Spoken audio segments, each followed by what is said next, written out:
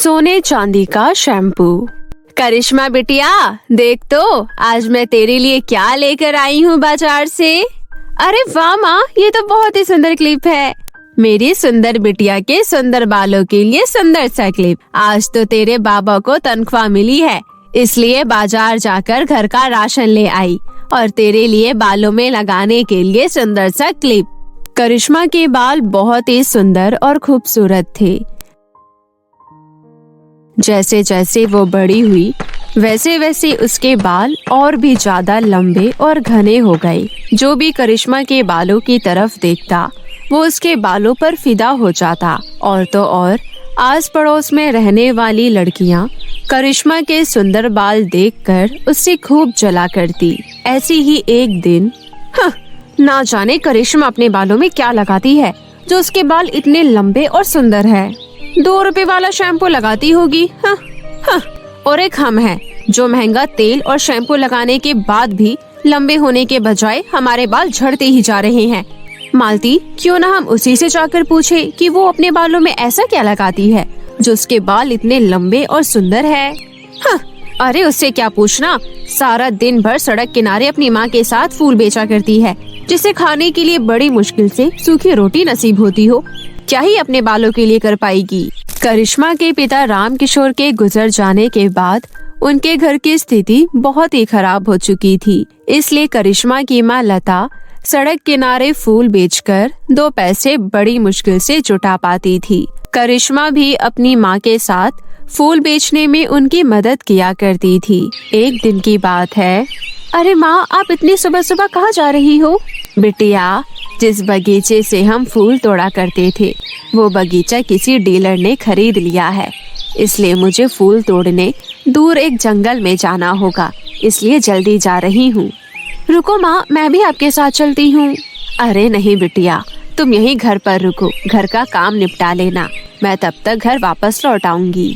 इतना कहकर करिश्मा की माँ लता जंगल जाने के लिए निकल गई। वहीं करिश्मा जल्दी जल्दी घर के काम निपटाने लगी। करीब 1 घंटे बाद लता फूलों से भरी हुई टोकरी लेकर घर वापस लौटी। करिश्मा बिटिया, जरा 1 गिलास पानी पिला दे, प्यास के मारे मेरा गला सूखा जा रहा है। माँ लो, पानी पी लो। और वाह माँ, फूल तो बड़े सुंदर सुंदर तोड़कर लाई हो, ऐसे फूल मैंने कभी नहीं देखे। बिटिया, फूल तो बहुत ही सुंदर है, देखना आज हमारी बहुत अच्छी कमाई होगी। थोड़ी देर बाद दोनों माँ बेटी फूल बेचने के लिए बाजार की ओर चल पड़ी और फिर सड़क किनारे बैठकर दोनों फूल बेचने लगी। आधा दिन निकल जाने के बाद उनके कुछ ही फूल बिक पाए। बिटिया, बस थोड़े से फूल और बचे हैं, अगर ये भी बिक जाते तो 2 दिन का राशन आ जाता। तुम चिंता क्यों करती हो माँ, देखना ये फूल भी जल्द ही बिक जाएंगे। तभी एक बड़ी सी कार उनके पास आकर रुकी और अंदर बैठा हुआ एक आदमी करिश्मा से बोला, सुनो, ये फूल कितने के दिए? जी साहब, 20 रुपए के 4 ले लीजिए। ठीक है, ये लो 20 रुपए। करिश्मा ने 4 फूलों का गुलदस्ता पैक कर उस आदमी को दे दिया। उसके बाद करिश्मा अपनी माँ लता के साथ खुशी खुशी घर वापस लौट आई। लेकिन कार में बैठा हुआ आदमी, जिसका नाम राकेश था, जो कि एक अमीर घर से था, जब से उसने करिश्मा और उसके लंबे बालों को देखा वो उसकी खूबसूरती पर फिदा हो गया। अब वो अक्सर फूल लेने के बहाने करिश्मा से मिलने वहाँ आने लगा। ऐसे ही कुछ दिन बीत गए। एक दिन करिश्मा की माँ लता की तबीयत अचानक खराब हो गई और वो फूल तोड़ने जंगल नहीं जा सकी। बिटिया, 2 दिन हो गए हैं मुझे बिस्तर पर पड़े हुए, घर का राशन भी खत्म हो चुका है, अब तो अकेले क्या क्या करेगी। तुम परेशान क्यों होती हो माँ, मैं सब संभाल लूंगी, तुम बस दवाई समय पर लेती रहो और आराम करो। अच्छा माँ, मैं चलती हूँ, शाम को जल्द ही वापस लौट आऊंगी, तुम अपना ध्यान रखना। करिश्मा सुबह जल्दी उठकर जंगल जाकर सुंदर सुंदर फूल तोड़कर लाई और फिर उन फूलों को बेचने बाजार की ओर चल पड़ी। बाजार में पहले से ही राकेश उसके आने का इंतजार कर रहा था। वो लड़की अभी तक आई क्यों नहीं, कहाँ रह गई? अब तक तो वो रोज आ जाया करती थी, लगता है वो आ गई। ओह, मुझे आने में आज बहुत देर हो गई, जल्दी से पटरी पर बैठ जाती हूँ। अरे साहब आप? हाँ मुझे फ्रेश फूल चाहिए थे, लाल रंग वाले देना। ठीक है, ये लीजिए साहब। अरे ये तुम्हारे हाथों में क्या हो गया? कुछ नहीं साहब, जरा सी खरोच लग गई है फूल तोड़ते समय, बस। राकेश को उसकी सादगी और खूबसूरती बेहद अच्छी लगी और वो उसे मन ही मन पसंद करने लगा। फिर वो घर जाकर अपने दिल की बात अपनी माँ सुलोचना से बताता है। क्या सड़क पर फूल बेचने वाली को तुम इस घर की बहू बनाना चाहता है? माँ, एक बार तुम उसके सुंदर बाल को देखोगी तो तुम भी उसे पसंद करने लगोगी। पर देवर जी, कुछ हमारे स्टैंडर्ड का भी तो ख्याल करो। लोग क्या कहेंगे कि एक अमीर खानदान ने अपने छोटे बेटे की शादी एक गरीब लड़की से कर दी। लोग तो यही कहेंगे कि जरूर लड़के में ही खोट होगा। भाभी, लोगों को कहने दो, मैं तो शादी करूँगा तो सिर्फ करिश्मा से, वरना शादी नहीं करूँगा। राकेश की जिद उसके घर वालों को माननी पड़ी। फिर घर वालों की रजामंदी से जल्द ही उन दोनों की शादी हो गई। करिश्मा जब ससुराल आई तो आस पड़ोस में रहने वाले लोग सब उसके बालों की खूब तारीफ करते हैं। कुछ भी कहो, बहू के बाल बहुत सुंदर है, एकदम देवी माता की तरह। कंचन बहू, तू अपनी देवरानी से बालों की देखभाल करना सीख ले, वरना तेरे बाल छोटे के छोटे रह जाएंगे। हर महीने पार्लर जाकर हजारों रुपए खर्च करती है, लेकिन तेरे बाल फिर भी सुंदर नहीं हुए। लोगों के मुंह से करिश्मा की इस तरह से तारीफ सुनकर करिश्मा की जेठानी कंचन भुनभुनाते हुए अपने कमरे में चली गई। जब से करिश्मा बहू बनकर हमारे घर आई है, सब उसके बालों की तारीफ करते हैं।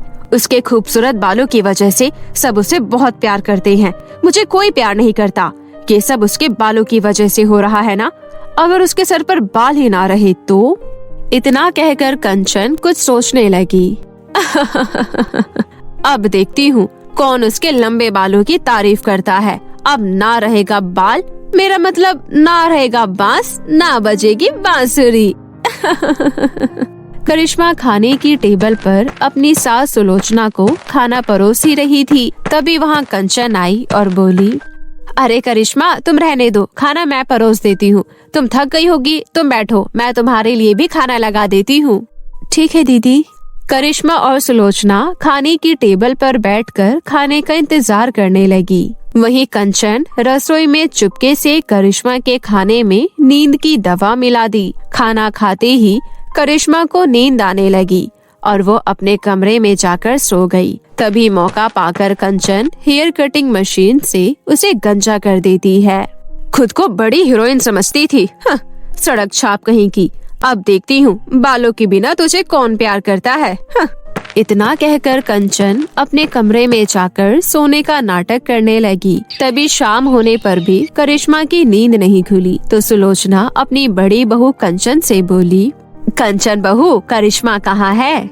महारानी अभी तक सो रही है। वो तो दिन में कभी नहीं सोती थी, कहीं उसकी तबीयत तो खराब नहीं हो गई, मैं जाकर देखती हूँ। ये कहते हुए सुलोचना करिश्मा को जगाने उसके कमरे में चली गई। कमरे में जाकर जैसे ही उसने सो रही करिश्मा की ओर देखा तो चिल्ला उठी। चिल्लाने की आवाज सुन करिश्मा की नींद खुल गई। क्या हुआ माँ जी, आप इतनी जोर से चिल्लाई क्यों? बहू, तू ये बता, तू गंजी कैसे हो गई? क्या? करिश्मा ने जैसे ही अपनी शक्ल आईने में देखी तो उसके सिर पर एक भी बाल नहीं थे। वो फूट फूट कर रोने लगी। तभी कंचन भी वहाँ आ गई। हाय राम, करिश्मा बिना बालों के कितनी बदसूरत लग रही है। पता नहीं देवर जी इसे पहले की तरह प्यार करेंगे कि नहीं, कहीं इसे घर से ना निकाल दे। ये सुनकर करिश्मा और ज्यादा घबरा गई। कहीं सच में राकेश जी ने मुझे घर से निकाल दिया तो? नहीं नहीं, इससे पहले वो मुझे घर से निकाले मैं खुद ही घर छोड़कर चली जाती हूँ। ऐसा कहकर करिश्मा रोते हुए घर से जाने लगी। तभी सास सुलोचना बोली, करिश्मा बहू कहाँ जा रही है? रुक जाओ, राकेश को तो आने दो। नहीं माँ जी, मैं जा रही हूँ, मैं राकेश जी का सामना नहीं कर पाऊंगी। घर से निकलकर करिश्मा अपनी जीवन लीला समाप्त करना चाहती थी। मुझ गंजी को राकेश जी कभी स्वीकार नहीं करेंगे और माँ के पास वापस जाकर मैं उन्हें और दुखी नहीं करना चाहती। मेरा मर जाना ही ठीक है। ये सोचकर करिश्मा नदी किनारे जा पहुंची। वो नदी में कूदने ही वाली थी कि तभी किसी ने उसका हाथ पकड़ लिया। करिश्मा ने देखा वो एक सोने और चांदी के पंखों वाली परी थी। कौन हो तुम? मुझे छोड़ दो, मुझे जाने दो। मैं सोने चांदी के पंखों वाली परी हूँ। तुम क्यों मरना चाहती हो? करिश्मा रोते हुए परी को सारी बात बताती है। वहीं परी अपनी शक्तियों से सारा सच देख लेती है। तुम्हारे साथ ऐसी गिरी हुई हरकत तुम्हारी जेठानी ने की है। तुम चिंता मत करो, तुम्हारे सिर पर फिर से बाल आ जाएंगे जो पहले से भी ज्यादा खूबसूरत होंगे। पर ये कैसे हो सकता है? तभी सोने चांदी के पंखों वाली परी करिश्मा को एक शैम्पू की बोतल देती है जो सोने और चांदी की तरह चमक रहा था। ये क्या है? ये सोने चांदी का जादुई शैम्पू है। सोने चांदी का जादुई शैम्पू? लेकिन इससे मेरे सिर पर बाल कैसे आएंगे? तुम थोड़ा शैम्पू अपने सिर पर लगा कर तो देखो। करिश्मा ने जैसे ही सोने चांदी का जादुई शैम्पू अपने सिर पर लगाया, उसके सिर पर लंबे घने बाल उग आए जो सोने चांदी के रंग के थे। अब करिश्मा के बाल पहले से भी ज्यादा सुंदर लग रहे थे। करिश्मा, तुम इस शैम्पू को अपने घर ले जाओ और हमेशा इसी से बाल धोना। कोई भी तुम्हारे बालों को नुकसान नहीं पहुंचा पाएगा। जब ये शैम्पू खत्म हो जाएगा तब क्या होगा? मेरी जेठानी मेरे बालों को कभी भी नुकसान पहुंचा सकती है। ये सोने चांदी का जादुई शैम्पू है। ये शैम्पू कभी खत्म नहीं होगा। आपका बहुत बहुत धन्यवाद परी। करिश्मा खुशी खुशी सोने चांदी का जादुई शैम्पू लेकर घर लौट आई। करिश्मा सोने चांदी के बालों में पहले से भी ज्यादा खूबसूरत लग रही थी। ससुराल में सब उसके सोने चांदी के बालों को देखकर बहुत हैरान थे। करिश्मा बहू, तुम तो गंजी हो गई थी, फिर ये तेरे सिर पर बाल, वो भी सोने चांदी की, ये सब क्या है? हाँ करिश्मा, तुम्हारे बाल तो सच में सोने चांदी की तरह चमक रहे हैं। आखिर कैसे? ये सब बस परी, मेरा मतलब भगवान की कृपा है। करिश्मा राकेश को कमरे में लेकर गई और सारी बात बताई। अच्छा तो ये बात है, वैसे तुम किसी परी से कम नहीं लग रही। सोने चांदी के बालों की वजह से सब लोग उसे और भी ज्यादा प्यार करने लगे, लेकिन कंचन जलन से और भी ज्यादा लाल हो रही थी। हाँ, इस करिश्मा की बच्ची ने ना जाने अपने सर पर कौन सा जादू टोना किया है। हाँ, इसके सर पर एक ही दिन में बाल उगाए जो सोने चांदी की तरह चमक रहे हैं। मुझे पता लगाना होगा। दूसरे दिन कंचन करिश्मा के कमरे में चुपके से जाकर उसके अलमारी टटोलने लगी तो उसके हाथ सोने चांदी का शैम्पू लग गया। ओह, सोने चांदी का शैम्पू। अच्छा तो ये है करिश्मा के सोने चांदी के बालों का राज। तभी कंचन ने तुरंत जाकर सोने चांदी का सारा शैम्पू वॉश बेसिन में बहा दिया, लेकिन शैम्पू की बोतल से शैम्पू खत्म होने का नाम ही नहीं ले रहा था। उफ, ये शैम्पू है या द्रौपदी की साड़ी, खत्म होने का नाम ही नहीं ले रहा। उसके बाद कंचन ने गुस्से से शैम्पू की बोतल को जमीन पर पटक दिया, लेकिन बोतल नहीं टूटी। अगर मैं शैम्पू का कुछ नहीं बिगाड़ सकती तो क्यों ना मैं भी इस शैम्पू से अपना सिर धो लूं, फिर तो मेरे बाल भी सोने चांदी के हो जाएंगे। ऐसा सोचकर कंचन सोने चांदी के शैम्पू से अपने बाल धो लेती है, लेकिन ये क्या, उसके सारे बाल एक ही झटके में गायब हो गए और वो गंजी हो गई। यह देखकर वो फूट फूट कर रोने लगी। मैं गंजी कैसे हो गई? मैं गंजी हो गई। तभी सोने चांदी के शैम्पू की बोतल में से आवाज आई, ये सब तुम्हारे बुरे कर्मों का नतीजा है। अब तुम हमेशा गंजी ही रहोगी। नहीं, मुझे माफ कर दो, मैं फिर कभी ऐसा नहीं करूंगी। प्लीज मुझे माफ कर दो। अगर तुम्हें तुम्हारे सिर पर दोबारा बाल चाहिए तो तुम्हें घर वालों को सारी सच्चाई बताकर करिश्मा से माफी मांगनी होगी।